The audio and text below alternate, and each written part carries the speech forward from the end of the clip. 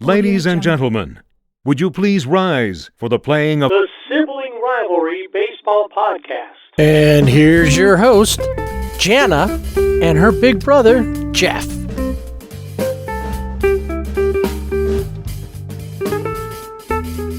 Welcome again to Sibling Rivalry Baseball Podcast. I am not alone this week. Back from her self-imposed blackout of the Dodgers. She went out. She had thought about roaming through the woods for 40 days and 40 nights. But I think she got hungry and cold. It started raining. Right. And she thought, I have a house with a fully stocked refrigerator most of the time, despite 2 teenage boys. I'm back from the woods. It was all right. You know, it was hanging out with a bunch of girls, 12 to 17-year-old girls. Oh, so you guys probably really broke down what's going on with the Dodgers while you were out there around the campfire. Totally. I think most people, if I had even said anything about baseball, they would have been like, what are you talking about? Maybe, I don't know. I didn't really... well, you never know. I didn't talk about baseball. Actually, when I was out there, my phone just died. Like, it wasn't, it needs to charge or something. It just died. Like, it needed to be buried. And so I was a little anxious because I couldn't even check baseball scores. And that's probably okay. Probably. Probably. But I mean, still, I'd like to know what's going on. So I didn't have any access to anything to the outside world other than what was happening. Did you do have some kind of a ritual and bury the phone out there and dance around it? No, because I had to bring the phone back so I could, get a new phone. Trade it in for a new one. Trade it in. Gotta get the SIM card out. Yeah, so I couldn't just bury it. But well, now you can afterwards, right? Or did you have to trade it in? Do you have to give it in for insurance or something? Or no, I can bury it. Give it a proper burial. It's dead. It's gone. Farewell. Yep. All right. Well, I know right before you left to go out and wander the woods, you were really, really unhappy. But you said you felt like you had a good idea as to what was happening and why the Dodgers were going down the road that they did. So we're going to bring that up when we get to the Dodger segment.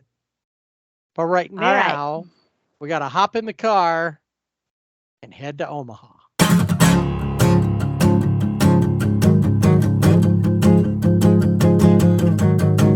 So last week I told you who was on their way to Omaha. As far as I know, everybody's there. A couple games already under their belt. And really, the big question is can the men's team from Oklahoma match the success of the women's team in the College World Series and win it all? Yeah, so far, they are looking really good. They are 2-0. And they beat Notre Dame in their last game and looked really good. Good game.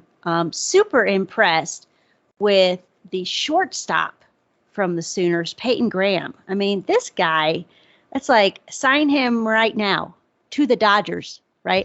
I mean, I know Trey Turner's there, but I mean, he's tall and lanky. He kind of reminds me of Trey Turner in a way, in the way he plays.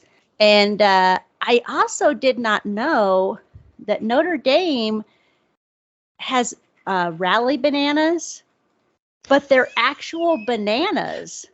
So all the guys in the dugout have a banana peeled, and they take a bite when something good happens. No, okay.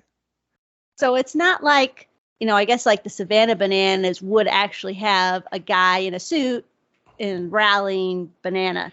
No, Notre Eating Dame a has banana a real as well. So he could right. be a cannibal banana. He could be, but Notre Dame, I guess they have bananas waiting in the dugout, and they all sat there with the bananas peeled, waiting to something good to happen, like the real deal. Rally But that didn't happen for bananas. them. Yeah, it didn't Didn't happen for them. they got in the some last game. potassium, They they did. couple of So there was vitamins, that. but obviously not a W. Of course, in order to get to Oklahoma, Notre Dame had to beat Texas, which they Yep. did. Oklahoma took out Texas A&M, so 2 Texas teams, and those 2 teams moved on. Well, like I said, Oklahoma, Notre Dame. Notre Dame now moves down to play Texas A&M because Texas A&M and Texas met up, and oddly enough, the preseason number 1 is no longer in the College World Series field. Yeah, totally eliminated. I mean, they were on the cover of Baseball America as the favorites to win it all. And so you have Texas, who was a preseason favorite, and then you had Tennessee, who didn't even make it to Omaha. Because I mean, I would have said, yeah, they're gonna do it all, and they're not even there, courtesy of Notre Dame. So now Notre Dame is gonna play Texas A&M, and the winner of that game will go on and play the Sooners. And then if the Sooners beat either one of those teams, then the Sooners will be waiting around to go to the finals. Yeah. I am super excited. I am a Sooner fan. I have not shy about that. So I texted you, Boomer Sooner. Yep. 2-0. Soon as it happened. In the second bracket, Arkansas and Ole Miss coming up, and we had talked about Arkansas being a surprise and maybe a Cinderella here. Yep. And they played well. They beat Stanford to send Stanford to the losers bracket, and they moved on. Auburn and Ole Miss playing one another, and Ole Miss knocked Auburn out, and then Stanford and Auburn played, and Stanford, another highly ranked team, eliminated. Yeah, the Cardinal flew away from Omaha because they got eliminated. You would have thought, though, since they're not after a bird, but like a tree or the color, that they would have stayed put, strong roots. But no, they got knocked over. Timber! Yeah, I liked it. Well, the bird in the tree had to fly away because it fell over. Tree was about to fall. That's right. Yes, there was a tree falls in Palo Alto, or Omaha, I guess, technically. So Arkansas and Ole Miss in an SEC battle to see who goes on. It looks like Ole Miss will be moving on, and they're going to wait to see who wins between the other 2 SEC teams, the one they just beat in Arkansas, and Auburn. So right now, if nothing changes, if Ole Miss wins and wins this game and then beats whoever comes out of the next game, then we'll have the series matchup will be Oklahoma versus Ole Miss. Yeah, it's always, I have to say, I don't think I've ever been disappointed in the College World Series and their, championship games. So they always have really good games. One of Oklahoma's, he's an infielder, outfielder. He's a redshirt junior. I want to mention this because it really stinks for him, but his name is Brett Squires. He's out in the very first game against Texas A&M. He broke his hand. Oh. So he is in the dugout rooting on his teammates. But yeah, he was, it was 6 for 23 with a homer and 4 RBIs since the start of the postseason. So he's out. He's been a good cheerleader for the Sooners. Well, but that's the only. Do. I had to do a special Wheel of College World Series IL, and that's the one that I know of.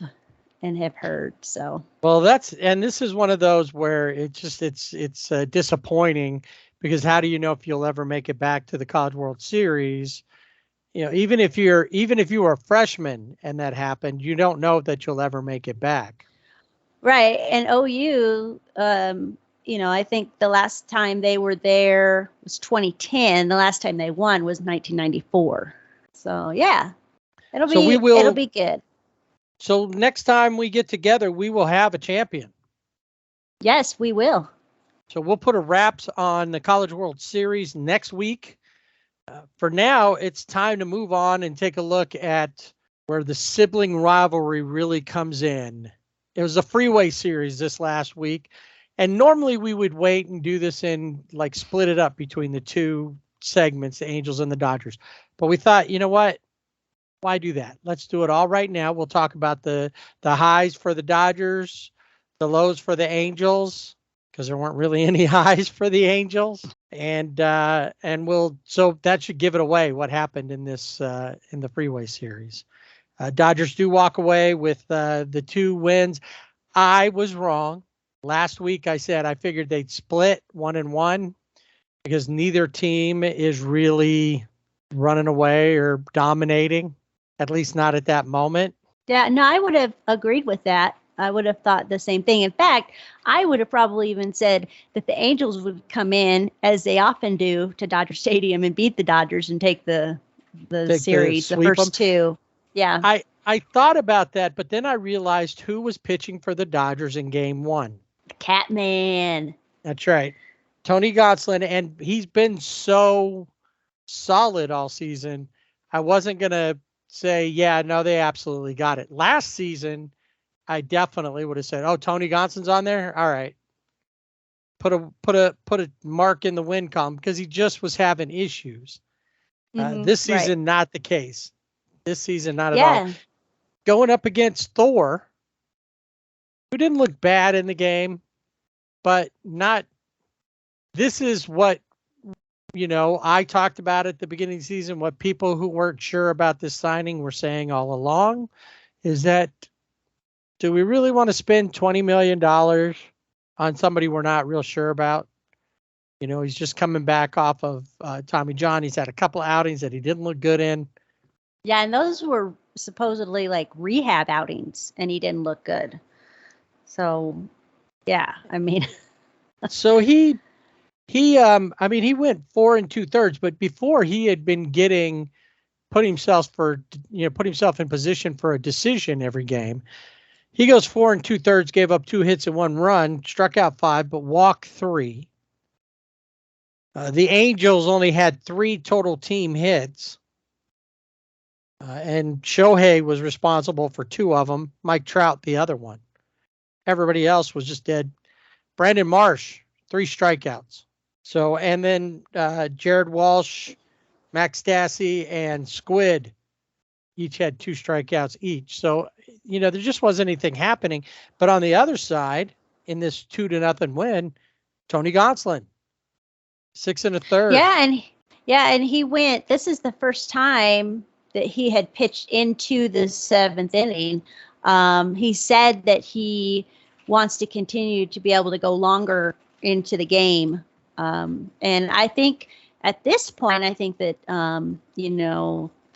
Dave Roberts would, definitely let him go, as long as things are, he's being Catman-like as he has been on the mound. So, yeah, I mean, he looked really good. 6 1/3 innings, as you said.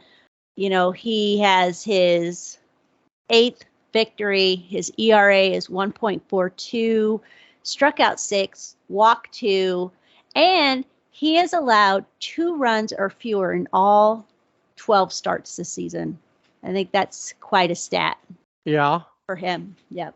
Yeah, that's pretty incredible. He turned that corner, as they would say, from where he looked like he had the potential to be good. We just needed to keep going until he got there, and he got there. All of a sudden, he's just the guy. Yeah, he's here. And also, I noticed, I mentioned this, I think last season, that I thought that maybe he had pasta before, his every start, because on his I think it was on his right sleeve, it always looked like there was like a stain, looked like a pasta sauce stain. He doesn't have that anymore. So maybe that is also helping in his starts. He's not eating pasta. I don't know, but I mean, that would be Tommy Lasorda approved if you were having pasta before every game. But yeah, no, he's looking really good. Mookie Betts hit his 17th home run, and it was a nice victory for the Dodgers because they look so horrible in San Francisco, and they needed a win.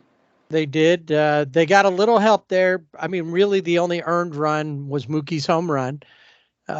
Justin Turner got the other RBI when Thor walked him in, bases loaded walk, and or he got the walk, and it scored a run when Justin Turner was walked.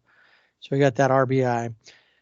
Now the second game saw the other part of the tandem, the dynamic duo for the Dodgers, who didn't have a great outing the last time he pitched in Chicago, and that would be Tyler Andy. Tyler Anderson had a really hard time last time. This time, I don't know how many times it is this season that the Angels have been right on the verge of being no hit. They almost were almost the victims of a perfect game, but Tyler Anderson kept them down until the ninth. So he went 8 1/3, gave up 1 hit. 1 run was credited to him, even though he wasn't on the field when it scored. We'll talk about the guy who let that happen in a second. But he had a no-hitter going through 8 1/3. Yeah, and he wasn't even aware, he said after the game, that he had a no-hitter. Because runners, reached on an error, they had a walk, there was a hit batter. So, he wasn't even in that mindset or that frame of mind because he had, there was some traffic on the base pads. And Mark Pryor told him, he got to 99 pitches in the 7th inning. And Mark Pryor's like, yeah, we'll probably pull you. But he ended up throwing a career high of 123 pitches, 78 of those for strikes. He struck out 8, walked 2. And Dave Roberts, it's kind of funny. He said, I know I am seen as the Grim Reaper for, these kind of situations where you've got, things happening. But he said he let him go because he looked good and he wanted to see, what was going to happen. A lot of talk on Twitter that night that people were like, oh my goodness, Dave let him stay in. He let him go. Yeah. And it was worth it. The Angels couldn't do anything, obviously. Like I said, they almost got no hit there. It turned out to be Shohei Ohtani comes up in the 9th inning, 1 out, and hits a triple. Yeah, a triple. At least if you're going to give up a hit, a triple. Well, honestly, how many times has somebody hit a triple and got stranded there for both the Dodgers and the Angels? Yeah. So it wasn't as if, okay, so you gave up the no-hitter, but you could preserve the shutout. The problem is that didn't happen. Before we talk about that part, though, not only did Shohei break the no-hitter, but when he scored a run thanks to Matt Duffy's RBI single, that broke 25 innings scoreless streak that the Angels had been mired in. They were bogged down by that. That broke it. They finally got a run across the plate, and even though they lost this one 4-1, it could have been 4-0 if not for your favorite reliever of all time. And I know Mary Hart thinks he's great. Oh, what I would give to have Kenley back. I don't know how many saves he has, but he's 3-0 because he's gotten the win a couple of, 3 times. Oh, Craig Kimbrell. What is wrong with him? what is going on? Sometimes he looks really good, and other times, most of the time, he just looks bad. Like, why did we trade AJ Pollock for him? I don't get it. You got me. I mean, I get that Kinley left and did his own thing because things couldn't Right. work out with the Dodgers. That has nothing to do with Kinley. Kinley's No. got 18 saves on the season so far. Yeah. And yeah, that would be better than what. I mean, one of the things too in the Dodger bullpen is we're missing Blake Trinan, and he should hopefully be back by July. So, coming up pretty soon. And, maybe that will, I don't know what role he'll be in. Normally he's like an 8th inning guy. But they have used him as a closer. So will they not just use Kimbrel, but also use Trinan when he does come back? But I don't know. I want to like Craig Kimbrel, but it's like, what is happening? And, it happened again. And, we'll talk about the Dodger segment, but it happened again against Cleveland. It's like a never ending story. It's the same. It's on repeat. So he's flying on some big hairy looking beast around. Wherever there's a save to be blown, Craig Kimbrel is on his way in the never ending story. Well, the Dodgers got a couple of home runs that night. Will Smith with a 3-run shot, and then Trey with a solo. Cody and Freddie Freeman each with a stolen base in that game. Yeah. Those are two guys I just wouldn't expect to have a stolen base. Well, Cody, I mean, occasionally. Freddie, I guess occasionally. So they were like, if I steal a base, if you steal a base, I'll steal a base. That kind of thing. Yeah, that could be. You never know. I don't know. But yeah, so the Dodgers took both games of the Freeway Series. Their 6th series sweep of the season, which should we weigh more? Yeah, it should be. But alas, it is not. It is not. And then so they took a day off and waited around for the Guardians of Cleveland to find their way to the Ravine, and the Angels headed north for a 5-game series versus the Mariners. All right, well, if you're a Mariners fan, the coolest thing you saw this weekend was probably that the Mariners, in honor of Juneteenth, wore the Seattle Steelheads uniforms, which were, I think they were only there for 1 year, but they were a Negro League team in Seattle, and they were only there, like I said, for a year. But in honor of Juneteenth and to honor the Negro League team there in Seattle, they wore those jerseys. Pretty basic, but cool. Yeah, I thought that was really nice. I was just thinking of Mike Trout as he's heading to Seattle. The South Park theme song? That's what came to my head. Like, I'm going down to Seattle, gonna hit some home run, gonna have myself a time. Friendly faces everywhere, home runs to be had. I don't know, but I don't know what that just came home in runs my head. Everywhere. Yeah. Yeah, well, that would have been the other thing that maybe not excited about, but a cool, one of the greatest things to see happen if you're watching this series is that the Angels had a really good 5-game set versus the Mariners.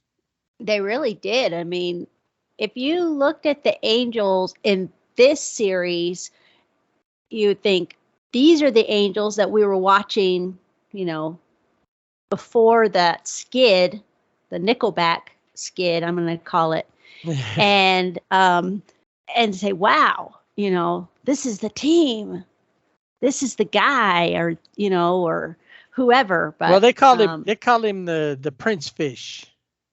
Yeah.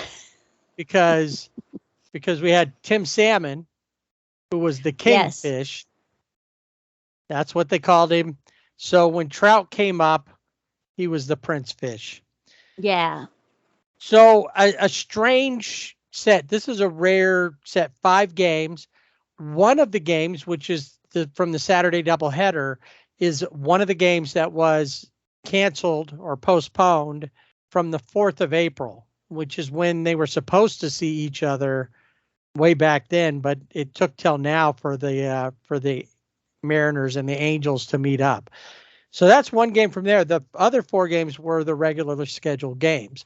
And we'll have some more of those across baseball as they make up those first 2 weeks that were canceled.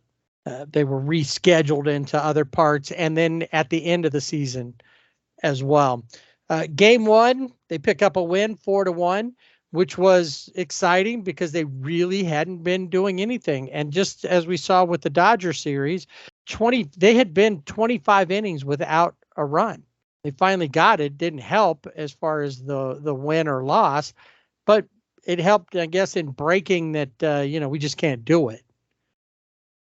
Shohei was on the mound through 6 innings, gave up only 3 hits, no runs, struck out 6. And then Aaron Loop, Ryan Tepera, and Raisel Iglesias, which during the win streak and at the beginning of the season, these guys had really started becoming unstoppable. 7, 8, 9 innings. Ryan Tepera gives up the 1 run. Iglesias strikes out all 3 batters that he sees, and that's the end of that game.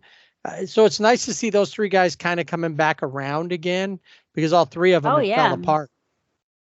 Yeah, definitely. I mean, as far as, they won 4-1.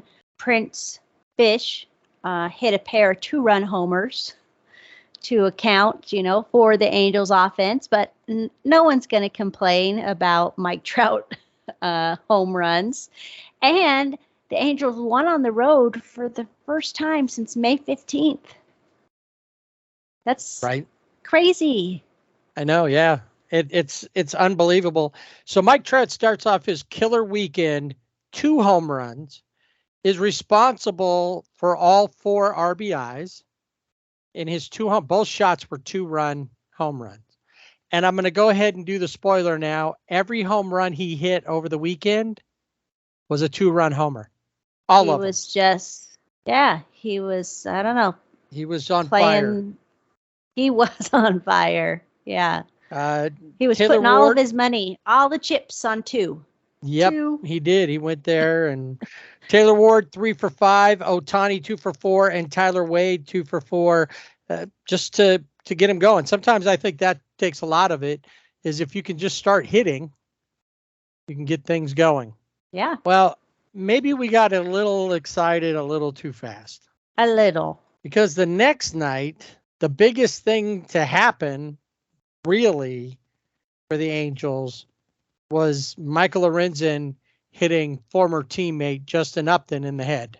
Yeah, that, obviously was not on purpose, and the ball slipped, and, Yeah, and he went moment off on MLB and the changing of the balls, and that the balls were slick. And he's like, I'm tired of dealing with different balls. They're all feel different. And he said it just slipped out. Luckily, even though J-Up came out of the game, he was able to finish up the series. He's been DHing for the Mariners, and he DH'd the remainder of the series, past the concussion protocol and everything. But he did come out of that game early.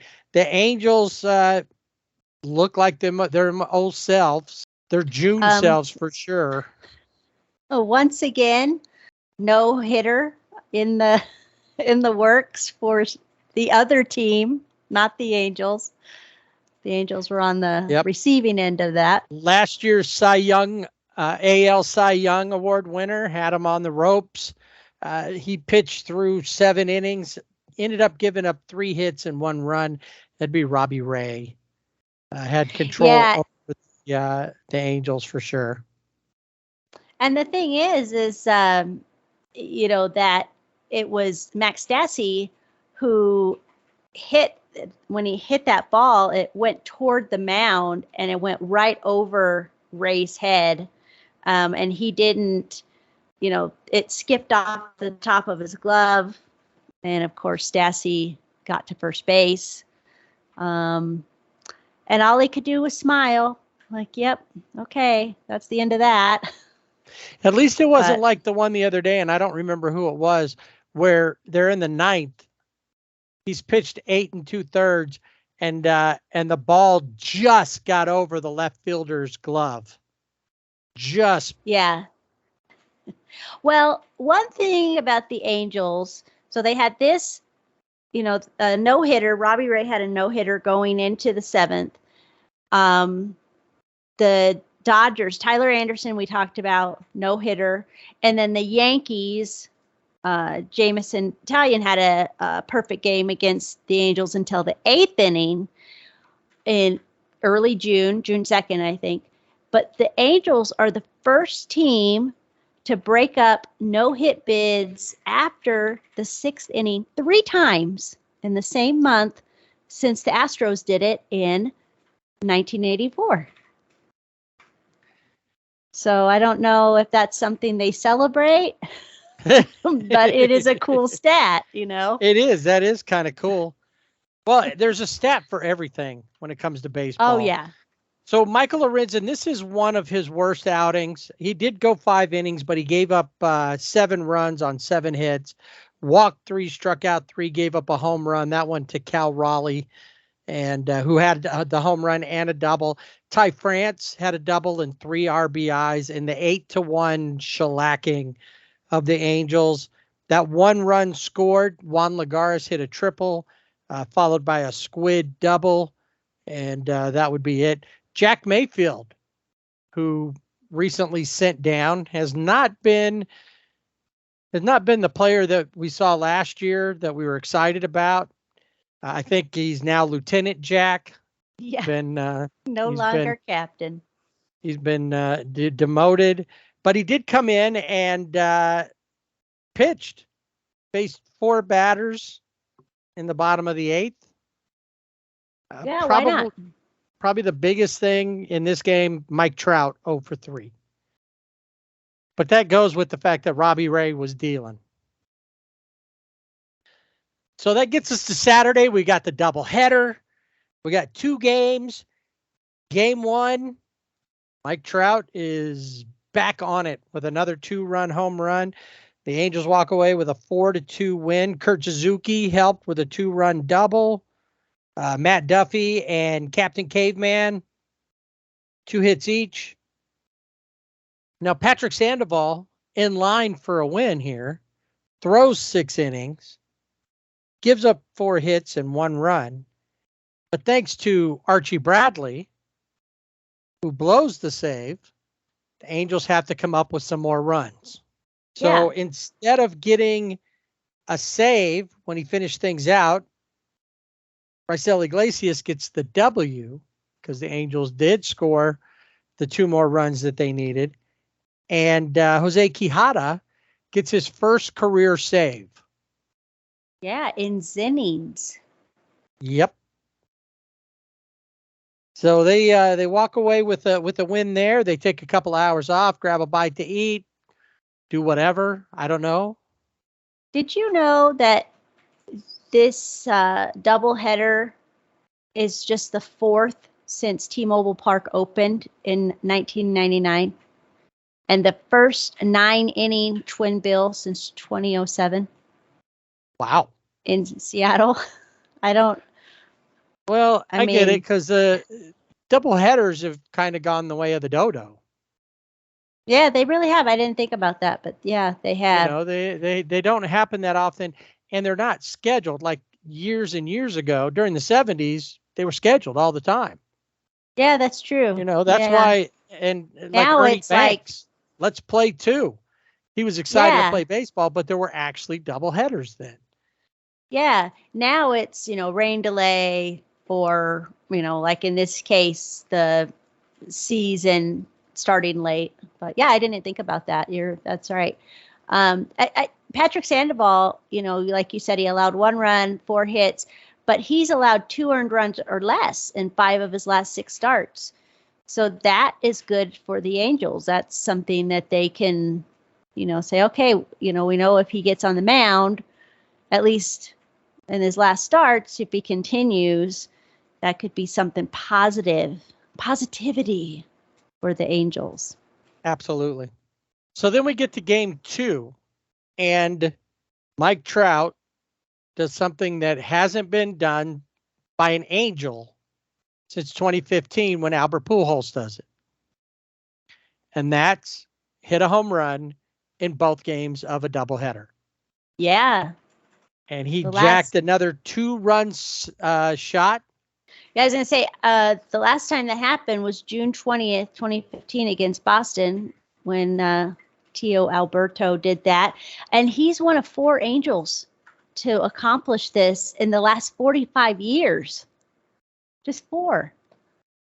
Right? It's crazy. Yeah. So Mike is on fire during this, and when you look at it, I think he leads Major League Baseball in slugging percentage and OPS.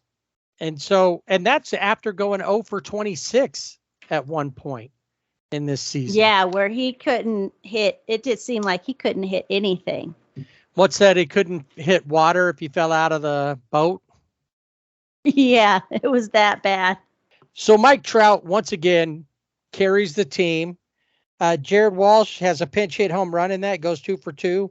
And as far as pitching goes, Jose Suarez, Jimmy Herget, and Archie Bradley all pitched well for a shutout, combined 8 strikeouts in the 3-0 win in the second game of the Twin Bill, taking us to the final game of the set on Sunday.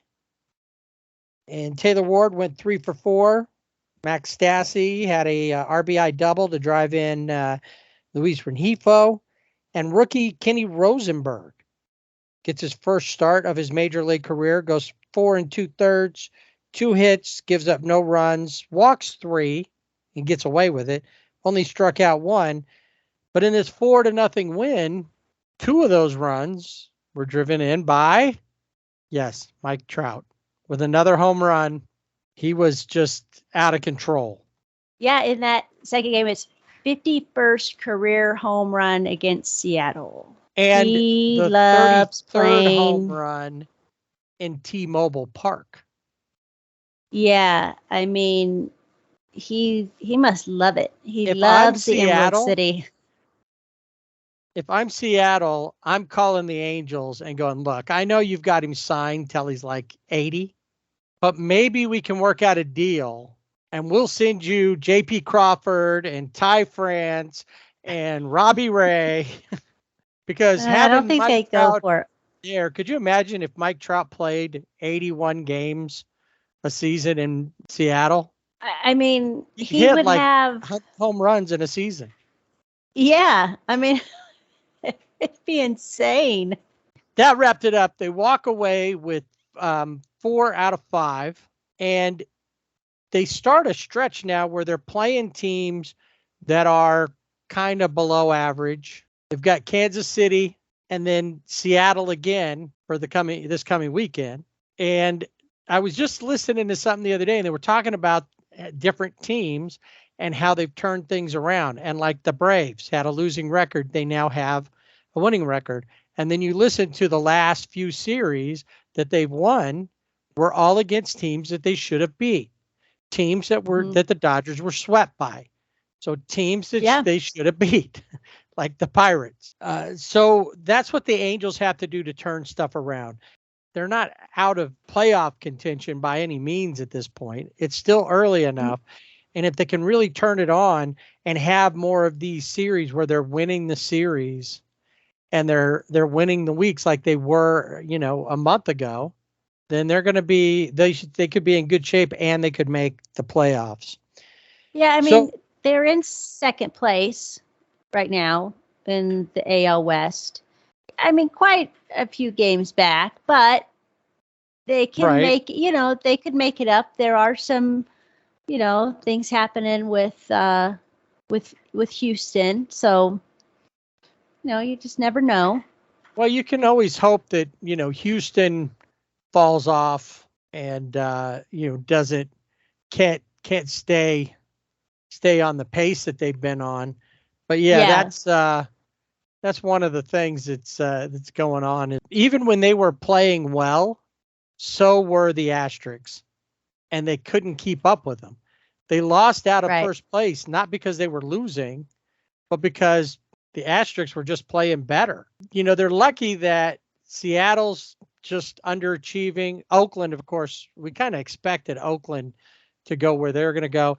Texas has surged, but they're still, fighting their way back. They're only 2 games ahead. Actually, they're only a half a game ahead of the Rangers in the AL West, 9.5 behind Houston. But at this point, you don't need to worry about what Houston's doing. You need to put yourself in a position to be that top wild card. So I don't know that there's really a question as to who the player of the week is. Do you have any questions? I don't have any questions. I just know who my player of the week is, and I'm sure he's the same player of the week for you. Matt Duffy, right? No. No, that would be Mike Trout of Millville, New Jersey. Yep, that's who I had as well. 5 home runs, 9 RBIs, and that was all just in that 5-game set because he really didn't do much against the Dodgers. That was the big thing. Batting average wise, he was only 7 for 26, but he made those 7 hits matter. Yeah. I mean, he just was crazy on fire in Seattle. His home runs, he matches Rafael Palmeiro for the most by any player off the Mariners. It's nice company to be in. Sure enough.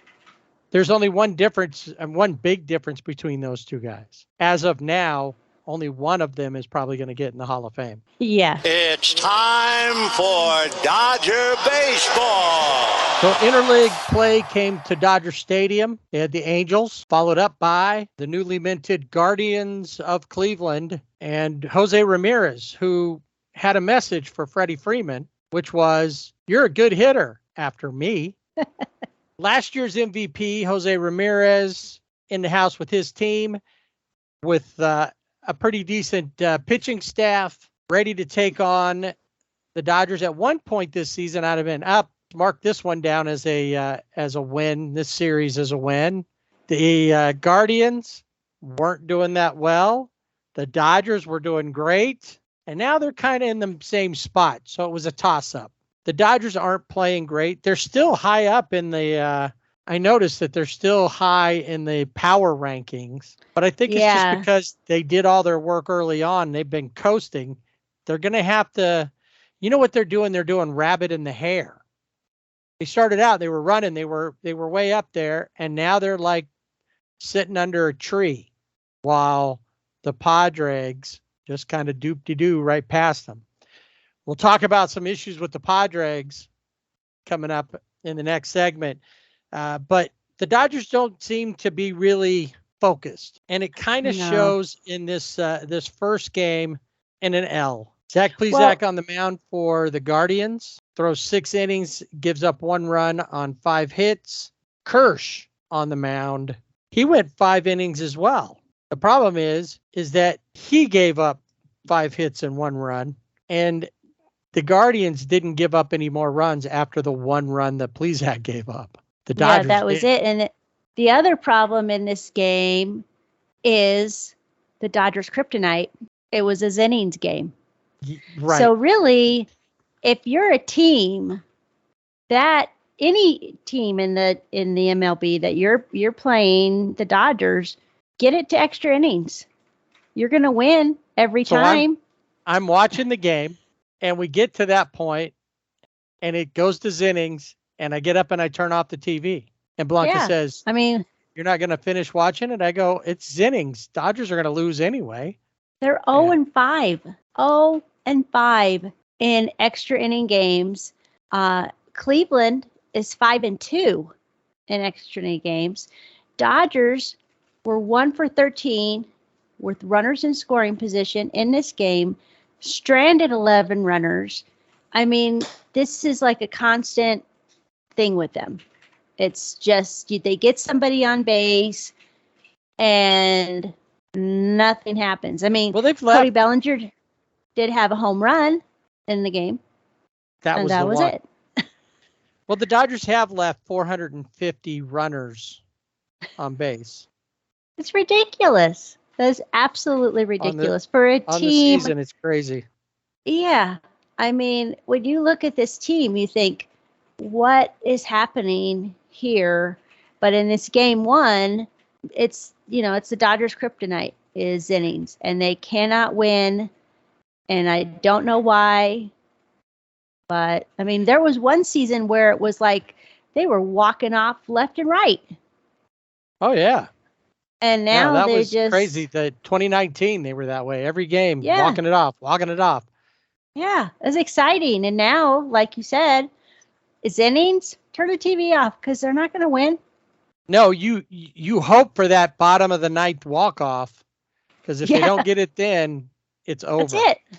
Well, It's lucky over. for them, the next night, even though they were 2 for 14 with runners in scoring position, they got a pretty good outing from Julio through 6 innings, only gave up 2 hits and 1 run. So that was nice to kind of see him back in form. Yeah, his first win since May 20th. I mean, that's not who you... I mean, we've talked about this with Buehler and Urias, Buehler on the IL now, but Julio has always been solid. And, he was 0-3 in his last 4 outings. And he finally got a win. And, I will say, too, that when Julio has pitched, he hasn't gotten a lot of help offensively. So it's not that he necessarily... The offense has been offensive? Yeah, to him, yes, because it's not that, he can be decent on the mound, but if he doesn't have any run support, then it's going to be the same result every time. Well, he got Freddie some run Freeman support in this one. Trey with a home run run and 2 RBIs. Mm-hmm. Gavin Lux had a triple. Freddie went 3 for 5. JT had a 2 RBI double. Cody went 2 for 5. And they walk away with a 7-1 victory. Yeah, I mean, and it's a good victory, nice win for them. The Dodger bullpen has looked better. They were faltering. They've gone in 5 games and 12 2/3 innings without allowing an earned run. So they were looking better. Only thing is in this game, Mookie Betts and Cody Bellinger collided, and it did not end well for Mookie. No. Because he has a cracked rib and is now on the IL. Yeah, that was disappointing for sure. And talking about disappointments, let's go to Game 3, the finale of this 3-game set with Cleveland. It keeps getting better. One thing that was pretty good, Andrew Heaney back off the IL. 5 innings pitched. He did give up 5 hits, but only 2 runs and struck out 7. So not a bad outing for his first game back from the IL. Problem was the bullpen. Daniel Hudson with a blown save. And then we mentioned him earlier, Craig Kimbrell. Yeah, what does he come out to? It comes out to a Guns N' Roses song. Oh, yeah, who was it? Because they were talking about it. That he comes out to Sweet Child of Mine. Yeah, he is not a sweet child of any Dodger fan. If you think of it like that, I don't think that's not what I'm thinking. Like that you're sweet. Like, ooh, Craig Kimbrell's coming to pitch. Sweet. No. No, And Daniel Hudson, especially again. not lately. Yeah, Daniel Hudson, again, has had really, really great, relief innings in relief. And then he just comes out and just like, have you pitched before? You're like, what are you doing? It doesn't make sense. And I just gave you that stat that in that second game where they won, the bullpen had gone 5 games, 12 and 2/3 innings without allowing an earned run. And then in this game, it doesn't work that way. They just, it's like, at work, days without incidents, they're changing it in the bullpen. They're putting up the sign. Just when they think they can they can leave the zeros up. Nope. Now it's like days since last blown one. Yeah. Yeah. We're not up to 100 days since we got to go back to 0 now. Man. Yeah. Well, they lose it 5-3. Freddie hit a home run. Lux with an RBI. Eddie Alvarez scored in there. He's been playing quite a bit. Trey Turner with an RBI. CT3 also scored a run, but they just couldn't get past Shane Bieber. 6 1/3, 7 hits, 3 runs, 9 strikeouts. And what I've seen in seeing that the Guardians play quite a bit lately against a lot of different teams, Josh Naylor has, who played first base. He's DH'd. This guy is like, he would have been one of the stuntmen back in the day of the Dodgers. Yeah, totally. He's one of those guys that's just, he's kind of a utility player. When you look at him, you wonder, like, to go to basketball for a second, Kurt Rambis with the Showtime Lakers always looked out of place. Josh Naylor, when you see him, doesn't look like, he looks like he'd be a hot dog vendor. Not, and he's been playing really well. So that's been, he's been pretty impressive. We'll see. Lucky for the Guardians, they play in the AL Central, which is not that strong. And it kind of goes like we were talking about with the Angels playing. The Angels have KC, Seattle, Chicago. They got to play the baddest, the team from the baddest part of town there. And those are teams they should beat to get back in the groove. And Cleveland's beating these guys. Cleveland is on top. Yeah, and they're going to start a 3-game series this week with the Twins, who they were 7.5 games back of the Twins on May 29th, but now they're only like a game behind them, and the Twins are in first place. So that'll be a series to watch. And another interesting thing, too, is the Guardians are unbeaten in their last 10 interleague games when a right-hander is on the mound. Huh. Interesting. Yeah. All right. So the Dodgers, will they get a break? Won't they get a break? They go to Cincinnati. Yeah. So you think, okay, so they're going to start a 9-game road trip with 3 in Cincinnati, 3 in Atlanta. This is going to be Freddie Freeman's return to Atlanta. Like the Saturday game, I think it's going to be on Fox. The Sunday game is going to be on ESPN. I mean, they're like all over it. But I'm surprised the Friday game isn't on Apple. Right. So they're all pulled off to their own. Yeah, but with the way the Dodgers are playing, I mean, you would think, okay, they're going to go into Cincinnati and they should just totally just sweep those guys. I'm not so sure. You cannot, the confidence level is not there for them, to think, oh, yeah, they're going to win. Of course, you want them to win and you have that positive attitude. But, I don't know. It's just, I don't know what they're going to do. I told you I had this theory about their playing, and a lot of it centers around Max Muncy. Max Muncy went on the IL, did a short stint, did a little rehab, same results, came back. They played Chicago. He had that one great game, and then nothing. Well, nobody's going to walk the hitter in front of him on a 1-2 count anymore. No, it's never going to happen. That horse is out of the barn. Yeah. Now, Max Muncy said, I like playing second base. And if Freddie Freeman signs with the Dodgers, he's going to be the first baseman. I'd be happy. I'm happy. But we see him at the plate. He obviously is not happy.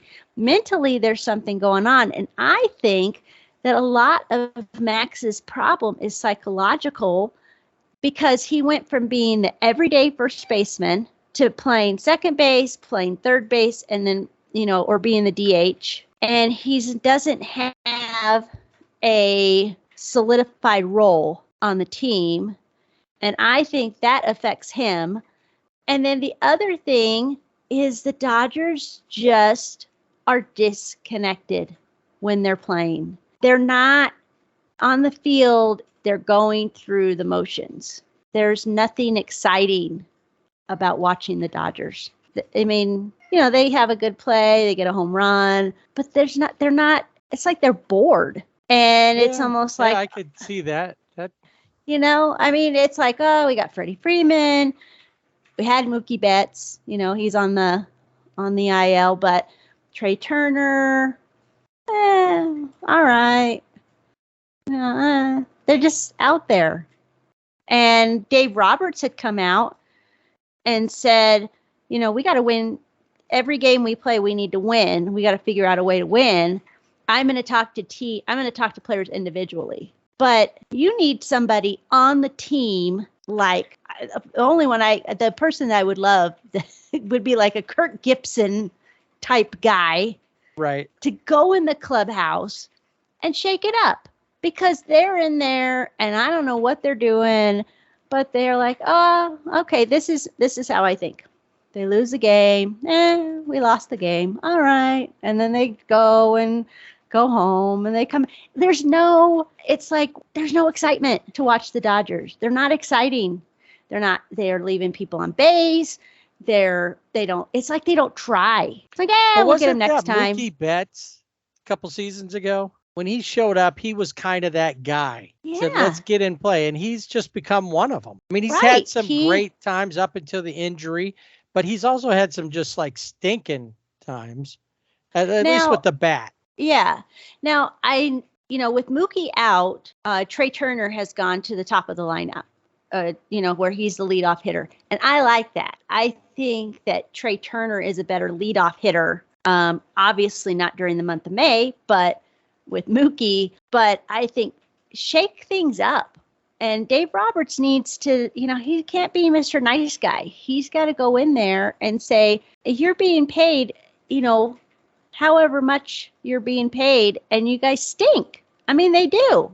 Why are they there? Yeah, they're at the top of the division, but they really shouldn't be. Right. They should be, to me, the way they play, they should be like third or fourth, the way they play. Because they should be battling the Rockies and the Diamondbacks for last place. I mean, if you were just to watch them play, there's just no excitement. It's definitely uninspired baseball. Yeah, like, it is. And we'll win it. We'll do it. Well, that's what happened. That's happened with teams. The winning gets so commonplace, and when they fall off, they'll think, oh, we'll just flip the switch, and we'll be back in there. And eventually, the switch is worn out from all the times you did it before. Yeah, I mean, they're still on pace, I think, to win. They're going to win like 100, on pace to win 102 games, right? They're still there. But as a fan of the Dodgers, they are uninspiring. They just are. It's not fun to watch. I mean, I watched the game on Sunday, and it's like, okay. And then here comes Daniel Hudson. Here comes Craig Kimbrell. And then the Dodgers can't do anything in the bottom of the ninth. I mean, grounder, nothing. And then they don't even hustle. Trey Turner does, but I think that's just because he's fast. But they don't even hustle to try to get, basic things that you learn in Little League. Fundamentals. And they just don't even do it. Yeah. So then I watch the OU Notre Dame game, and that was like exciting. And those guys are out there, diving catches and making, and getting hits when they needed hits all over the field. They're using the whole field. There's no shifts. They're just using everything. Right. and it just is super. I love the Dodgers, but they're boring. Yeah, you're not interested in watching, and they're not the team where you thought, even if they're behind going into the bottom of the ninth, they can come back. They're behind by 10 runs. They'll score 11, No. But now I don't have that same confidence in them either. No, I don't. And we mentioned Mookie Betts is on the IL. He's hoping that he'll be out for about 2 weeks. The Dodgers did a trade with the Tigers for Trace Thompson. Trace Thompson played for the Dodgers back in 2016, 2017. About 107 games worth of a stay with the Dodgers. Yeah. So he's back. And he's hungry because his brother just won another NBA title. Yeah. So they're like, come on, what's wrong with you, Trace? Plays like, yeah. And their dad, Michael Thompson, was a Laker and was a #1 draft pick in the NBA draft and all that. He's like come on, Trace. Yeah, it's like the odd man out. You got the 2 basketball players and then the baseball player. So the Dodgers were looking for a right-handed hitting outfielder. They got it in Trace Thompson. So we'll see how that works. But Dodgers have got to get something going because, I obviously, when I was gone, I couldn't watch the games. But I honestly... It was probably good for you. It wasn't like I was, missing it or, having any kind of, like withdrawals or something from Dodger baseball because I just feel like there's the chemistry. There's something not clicking, it's Freddie Freeman, and Freddie Freeman has said, I'm not where I should be. Trey Turner's got, hitting streak after hitting streak after hitting streak, and he's doing stuff, but I think be a team, stop being individual. Well, what's interesting with Freddie, and you talk about being part of a team, Freddie is batting like 100 points better with runners in scoring position than he is when the bases are empty. So he's trying to do stuff. He bats over 300 with that. He's batting, in the mid 200s with nobody on. And but the problem is that they're leaving these guys on base. Guys are getting doubles, standing on second base, and then that's the it. inning's over. Yeah. And then, like you said, with Trey Turner, he goes a hitting streak, then he'll go a game, and then he's back on another decent hitting streak. Nobody's following him. Right. Yeah. They just don't seem to be, they seem to be 9 individuals out there playing their own game. And that's what Dave said. Everybody's on their own individual. I talked about it last week. And yeah. That he thinks everybody's kind of going for their own individual stats and not playing for the win, just playing to pad their stats. Yeah. And we don't want to see that because you're not going to win anything. If you're thinking you're going in the playoffs and you're going to play like that, you're not going to get anywhere. Which is what they found, in the last couple of times, with the exception of 2020, they haven't been able to get past anybody to get to the World Series and pick up another piece of metal. All right. Well, one guy that I think might help them if the rest of them will follow is my player of the week this week. Who's yours? So I went through and I looked at, this box scores, and I just was looking for consistency. And so I went with Trey Turner. That's who I went with as well, because he was the most consistent player throughout the whole week. 7 for 21 for a .333 batting average, hit 2 home runs and 3 RBIs. He's had better weeks, but nobody else had a better week than he did. Somebody might have had one game better, but overall, and it's kind of always the thing. You see Trey's name pop up in almost every game of doing something, even if it's just a sacrifice fly. Yeah, he's helping the team somehow. And I would really like to see, even when Mookie does come back, I'd like to see him just stay in the leadoff position.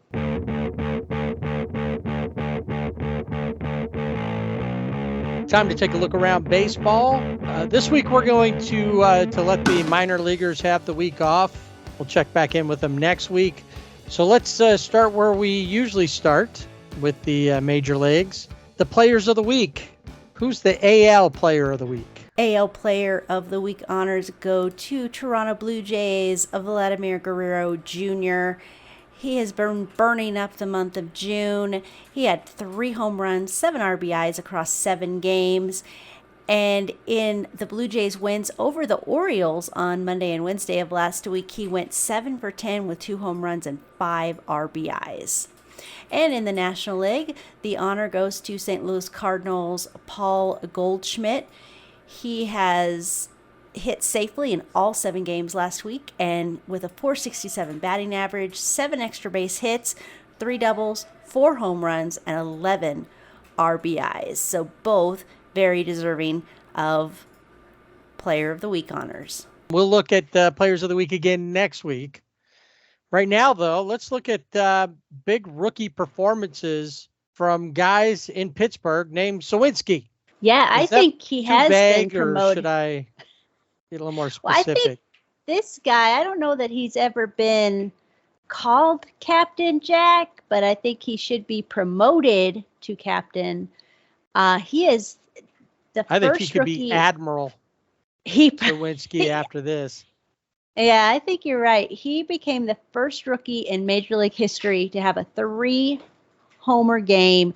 That included a walk-off home run. He was 3 for 3. All 3 hits were home runs. He's also became the first Pirates player with multiple walk-off home runs in a single month since Wally Westlake in September of 1947. Wow. Yeah, good old Wally. Yeah. Can't think Pirates without thinking Wally Westlake. No, he is a fixture. I don't know. Did they retire his number there in Pittsburgh? I can't recall. I believe that there's been a couple other guys who were like a little lesser players than Wally. Some guy named Clemente and Stargell and yeah, I remember those names too, but that Westlake compares to Wally Westlake. No. Yeah, he did it with his dad watching, and the reason I think drove his dad to tears to see his son hit 3 home runs in a game on Father's Day, and then what makes me want to promote him to Admiral? He did it versus the Giants. Yeah, even better. Admiral Jack. Admiral Jack. I like it. So I was looking at some of the league leaders, and amazingly enough, right now leading MLB in WAR, who would you think? What name pops in your head when you think top WAR? Well, I think Wally Westlake had it in 1947. Right, but I mean in 2022. Yeah. Nobody compares to that magical season of 1947 for Wally Westlake. No. I don't know. Let's see. WAR wins. What is it good for? Absolutely nothing. I thought you were going to come into the me. Dodger segment today, just since we did there was a little Seinfeld moment there. I thought for sure you were going to come in. I got a lot of problems with you, Dodgers. We'll see. That might happen next week. Well, some of the guys that you would think that would come up, like Mike Trout would be a name when it comes to WAR, or Bryce Harper, or some of those guys. What if I told you that Tommy Edman leads the league right now in WAR? I wouldn't believe you. No. Well, you're going to have to get over that because Tommy Edman leads MLB with a 4.2 WAR right now. Luis Reyes from the Twins, part of the reason the Twins are doing so well, leads MLB with a 361 batting average. He also leads the baseball in singles and on base percentage. Rafael Devers has 88 total hits. Who's got the most home runs? Here comes the judge. That's right, with 25. And then Mike Trout, as I mentioned earlier, he leads the MLB in slugging percentage and OPS. Finally, RBIs. We just saw him in both Chavez Ravine and at Angel Stadium. The Polar Bear, Pete Alonso, leads MLB with 63 RBIs. Trey Turner is at number 7 with 49.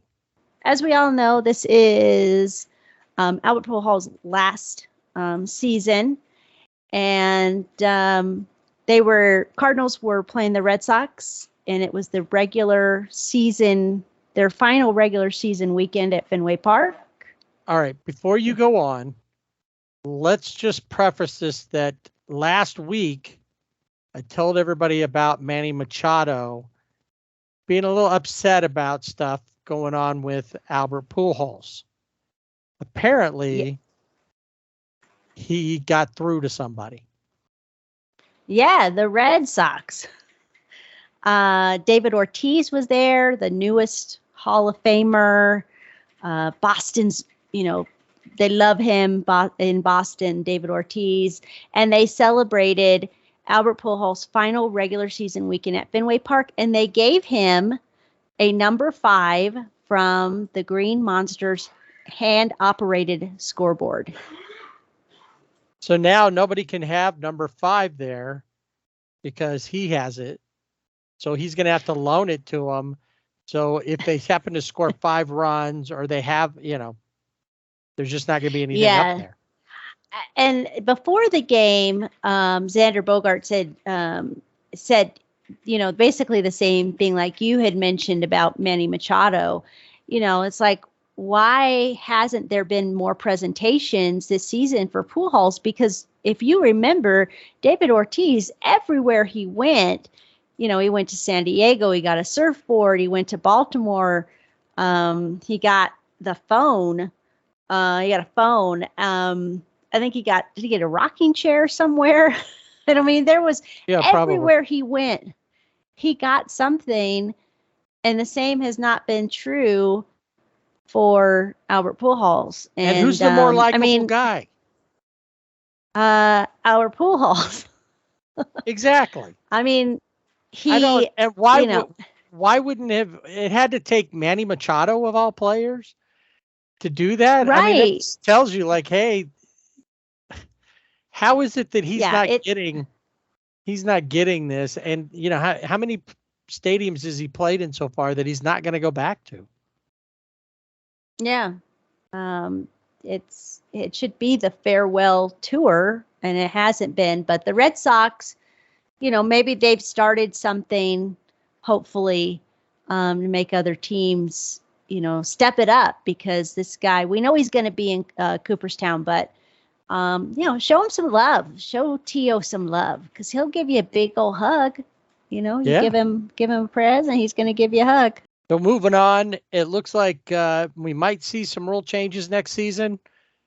Rob Manfred has come out and said that the rules committee's got together. They just had an owners meeting, a lot of talk about it, but the biggest one looks like something that everybody's kind of on board with, and that's the pitch clock. 14 seconds between pitches, 18 if there's runners on base, and it's shortened the game by about a half hour in the minors.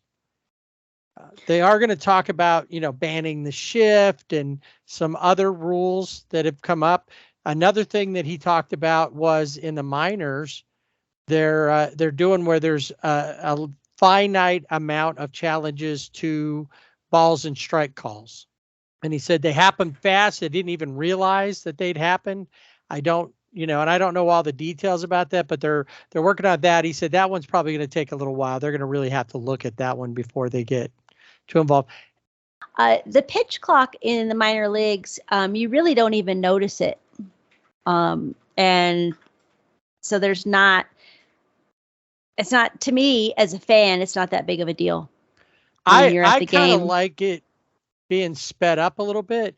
When pitchers work quick, it's not that I'm not engaged in the game, but I don't know how many times, over the last couple of weeks even, where I'm listening to a game on the radio, and at one time I felt like I got out of the car. They had just thrown a pitch. I got out of the car. I went into a grocery store. I got 2 baskets full of groceries, bagged them, put them all in the car, got back in, and they were just making the next pitch.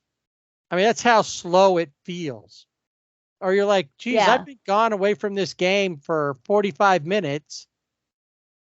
And when I left the game, it was the top of the 5th. And now they're just starting the top of the 6th. And they hadn't scored like 50 runs. It's just the No, pitchers nothing take a long happened. time. And even the defensive players will tell you, we like pitchers who are working quick because it keeps us involved. Yeah, I Otherwise, mean, if it's a you're out little league there, thing where the kids is sitting out in the right field, picking the flowers, the dandelions or the whatever they are, blowing the little things off of them. That's what happens. Only they don't have them. yeah. I could see Cody Bellinger sitting out there cross-legged out in Oh. center field, just looking around. Yeah, and if there's clouds in the sky, he'd be like, "Oh, look at that one. It looks like an elephant," or That one whatever. that one looks like Freddie. So, they need to speed that part of it up. I'm not against that. I'm not against faster games. I'm against them making stupid rule changes, Yeah, I thinking think it's going to because, speed the game up. well, that, and then also if you're looking at, we have challenges. We've talked about, silly challenges. Like that was obviously a foul ball, and this is talk about the Dodgers. It wasn't a home run. It was foul ball. Everybody could see it. But they challenge it anyway. But then when challenging balls and strikes, I think then you're putting your hands into the game and manipulating the game way too much. I don't like that. So we just talked about Manny Machado, and I think he has a good spot on this week's Wheel of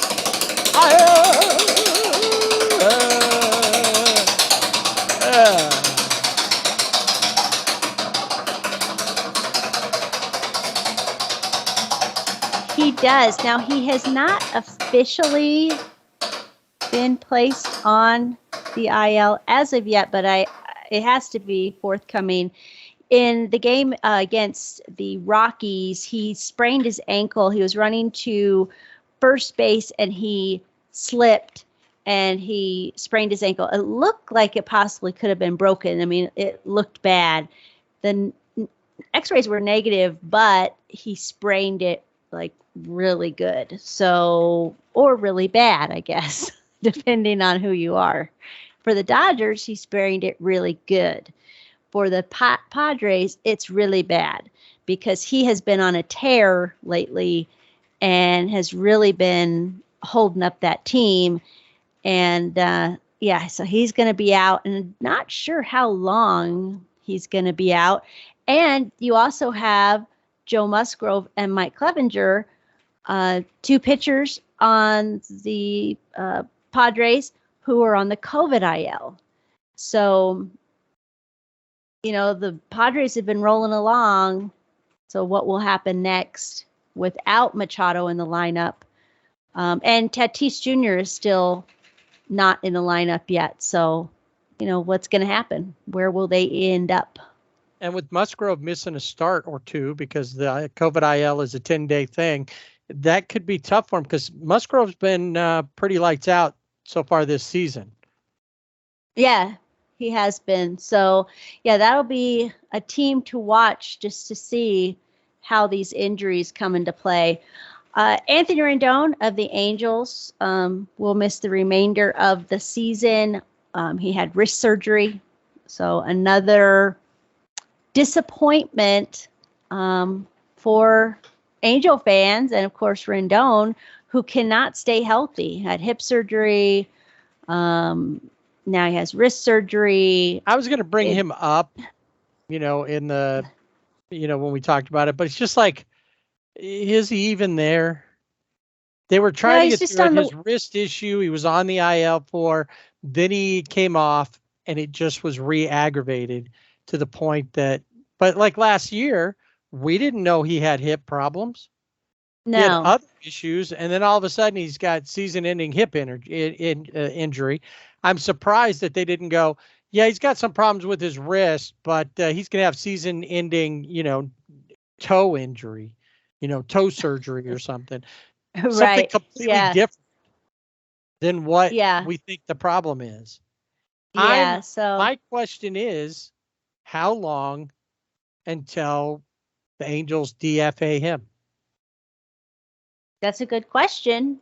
I He's mean, still got a few more years. So if they're going to certainly. wait till the last year of his contract, we still got to, go through this. But Anthony Rendon came at a time that he should have not been. Albert Pujols had already started to show some signs of falling off after 10 years. Sure. We already knew it, that he could have had some, and he had some great times, but we saw that happening.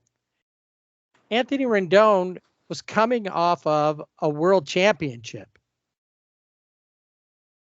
And since he's been here, he's had nothing but issues. Yeah. He put himself out to pasture. I'll give him With the 2020, Angels. right? I'll give him 2020 because 2020 was an off year for everybody. And that was his first year here. But it was Mookie Betts' first year with the Dodgers. How's that work? The Dodgers won the World Series that year. Right. And so Rendon was injured. He didn't hit very well. So I give a lot of players a break on 2020. 2021, he should have been there, but he didn't start off right. And he never really it wasn't like he was playing great and then went on. Mhm. Like Mike Trout last year was almost, everybody was ready to give him the MVP in May because he was carrying everything and he was really doing it. And then all of a sudden he's injured. His numbers just through May, through 50 some odd games, were better than some players, right. And even maybe the whole season for some. Right. Yeah. So that's the thing, is that he's not shown us that same thing that he had with the Nationals. Yeah, no, the Angels have not seen any type of production out of Rendon since he was signed. If I'm the he Dodgers, didn't want to I'm be not Hollywood. mad about that anymore. Oh no. It's like, not only No. are you not, the Hollywood thing's not for you, apparently the beach thing isn't for you either. Yeah. Nope. Nothing. It just is not working out for him. Another guy, the Diamondbacks, Nick Ahmed, he had season-ending shoulder surgery, so he was out. And then Ozzie Albies is on the 60-day IL with a fractured left foot, and he is not expected to return until August. Who's going to step in for Albies? And he's switch hitter. Well, at least so we'll see. You still have, you got Acuna Jr. is back. Right. So it's not like being out without him most of the season. Now you got Albies, and Albies can be back before the end of the season. So if the Braves can stay afloat, they still have to deal with the Mets. So, and the Mets they're tough. Really showing themselves to be. And imagine if when DeGrom and Scherzer both come back. They've been great all season. And I talked about them, last week, right before the Wheel of IL, that they're getting close to the comeback time. Yeah. Another Brave, Tyler Matzik, he is on the 15-day IL. His pitcher, he has an inflamed left shoulder. So he is out. One of our favorites, Kike Hernandez of the Red Sox, former Dodger, wish he was back with the Dodgers. Get some fun going in that dugout. Get the banana suit on, but he's got a hip strain, a flexor strain, and he's on the 10-day IL. Liam Hendricks has a left forearm strain. He's been shifted to the 15-day IL. And then Jake Odorizzi of the Asterix left leg tendon strain. and he's also on the 15-day IL. This one is an interesting one. I'm talking about some pitchers here. Brandon Woodruff of the Brewers, he's been placed on the 15-day IL with an ankle injury, but he also has Raynaud syndrome symptoms. So if you don't know what Raynaud syndrome is, I have Raynaud syndrome, and it's where, I don't know about Brandon Woodruff, but for me, if I reach into a freezer or during the winter months when it's really cold, your fingers can go kind of almost numb, or they turn, in my case, they turn like really like bright red. So it's like they're just not working right. And it can be painful. So you have to wear, you wear gloves, or you wear fingerless gloves to keep your hand warm. Which would be tough for a pitcher because you can't wear something on your hand to, keep it warm. So it's interesting that it's happening to him during the summer months, but didn't really go into detail. But that's that's what I know about the syndrome because I do have it. So Tyler McGill of the Mets is on the 15-day IL with a shoulder strain. Bryce Harper is not on the IL, but he has been out for the last 3 games with a blister on his left hand. So he's been channeling Rich Hill and has a blister. Marcus Stroman of the Cubs is on the IL with a shoulder injury. Tyler O'Neill of the Cardinals is out indefinitely with the left hamstring strain. Yadier Molina has knee inflammation, no timetable on his return. Hyun-Jin Ryu is out for the season.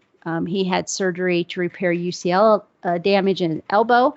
And then Steven Strasburg, he made 1 start, and he's back on the IL with a stress reaction in his ribs. So it's not a fracture, but it could, if he doesn't rest it, it could become a fracture. I wonder. So I don't know what's going on with him. If the way that the Nationals handled him from the beginning of his career has caused this injury proneness, that they didn't just throw him out there and get him going. They handled him very fragilely. Yeah, they did. And because he's been on the IL forever. He's been I'm surprised he's not dizzy, because he's been on the wheel so long. The one nice thing about him, though, is that he comes off of the IL, will pitch brilliantly most of the times. Yeah. And then he goes back to the IL. It's like he's kind of like, he kind of shows you, you're always wondering, he shows you what you're missing. Yeah, right. And then you're like, oh, great, he's back. Oh, he's on the IL. Yeah. So that's the will of IL. We'll keep an eye out, especially like, Manny Machado, see how that, and then Joe Musgrove. Just, keeping an eye and see what's happening. If some of these guys, a lot of them are going to continue to be spinning even next week because, they had season-ending issues, and some of them have indefinite. They don't know when they're going to return. So, right. I do have to say that in regards to Anthony Rendon, kind of happy that it happened now and that it's been determined that it's season-ending, so that we're not waiting around for another month before they say, "Oh, now it's season-ending," thinking he's going to come back. And you can get somebody in there, which I think the Angels pretty much have done because he's been spotty anyway this season. Right. So, Matt Duffy's been filling in since he's been out. He left early during the Dodger series. And so they got Matt Duffy. David Fletcher will eventually be back, and they'll be able to move people around between Tyler Wade, Squid, Matt Duffy, David Fletcher, between the left side of from second base over of the infield. Also have some DFA news. The Brewers have designated Lorenzo Cain for assignment. Wow. comes on the same day that he reached his 10 years of MLB service time. So nice of the Brewers to do that. It was a mutual decision about the roster move. And I don't think Kane is in any hurry to play, get with the club right away. So we'll see, will we hear a retirement announcement sooner than later? I don't know. But Lorenzo Kane, he's been around a long time, has always been a solid player. So that was a bit of a shock to hear that he had been DFA'd. And then another guy that's not really a shock. He's been a Dodger. He's been, was a Mariner. Where else has he been? He's been everywhere. And that is Sergio Romo, who's a, relief You forgot pitcher. the biggest one. He was an Angel at one point, but the biggest one is he won 3 rings in San Francisco. Oh yeah, with the Giants. Yeah, I just that's right. He was a Giant. He was a Dodger. He was an Angel. That's what it was. I did block that out. But he has also been DFA'd, and he most likely, he clears waivers. He'll be a free agent. So I wouldn't. I think he'll be somewhere on another roster. He hasn't been. He had a good first month of the season, and has kind of fallen off. But it's not something that can't be worked on. So I don't know. We'll see. But those are the 2 DFAs. And then also, we didn't mention, but teams had 14 pitchers, and they had to go down to 13 pitchers on the roster. Oh, right. This week. So. Yeah, they didn't extend it again. They had extended it earlier because that was supposed to happen like in May. And they extended it for a little while longer. And now they finally said, okay, now you got to get back down to regular size. Go from there. Yep. So in the last couple of weeks, we've talked a lot about, or 3 weeks, we've talked a lot about City Connect jerseys. We talked about the disaster that the Angels had in our mind. That the Rockies looked pretty good and were very straightforward. Talked about some other ones that we liked. Well, the Brewers, and maybe this is a blessing in disguise for Lorenzo Kane. Maybe not. Don't know. Depends on what you think. But the Brewers have put out their City Connect. And most people, the consensus is they like the jersey. They hate the hat. So the jersey is the powder blue, and it says Brew Crew, and that's okay. But the writing to me reminds me of old 80s style video game writing. Yeah. It's all kind of blocky and robotic looking. It doesn't look smooth. Yeah, but I guess if you're going to put the Brew Crew on there, if you're part of the Brew Crew, you probably aren't smooth because you're probably filled with brew. Yeah, it's just not that exciting of a jersey. I mean, the word Brew Crew, okay, you're diehard. Well, that's always been their nickname, and we know that Milwaukee is the city of beer, Yeah. The hat, though, it says MKE, as you mentioned, and that's the airport identifier. So it's like, all right, we know you as. I think I was better with the hat. Yeah. Personally. Yeah, I don't know. I'm not going to buy either one of them. I think at this point, I would get the Los Dodgers because I like that whole, that's the Los Dodgers thing here. Yeah. That one I'm fine with, but most of them, I think, with the exception of the Cubs, I'm not really interested in most of them. No, and if Maybe you the look Marlins at because the it's pretty colorful. yeah, the Brewers hat, the MKE, but if you see it far away, it could just be Mike. So some guy Right. named Mike could just wear the hat, and people are like, "Woo, look at, everybody knows, hey, Mike's Mike." Mike's got his own New Era hat. Check him out. Yeah, they're just not really that exciting. They're just kind of boring. I thought about the Kansas City Royals. I learned something new. I didn't know Kansas City was the city of fountains. I think they could have totally done something a little better with the uniforms, but at least I learned something about Kansas City. I didn't know that before. The Giants, those were awful. Those are horrible. Yeah, I mean, it's like, who's going to have one that's like, yes. So far, I would say my top two are the Rockies and, surprise, the Asterisks. I put the Asterisks in the top three because I really like the color combination of the Cubs Wrigleyville. Oh, right. Yeah, the jerseys. Cubs, But I yeah. really did like, from the moment I saw the Asterisks, I really did like that one. Yeah.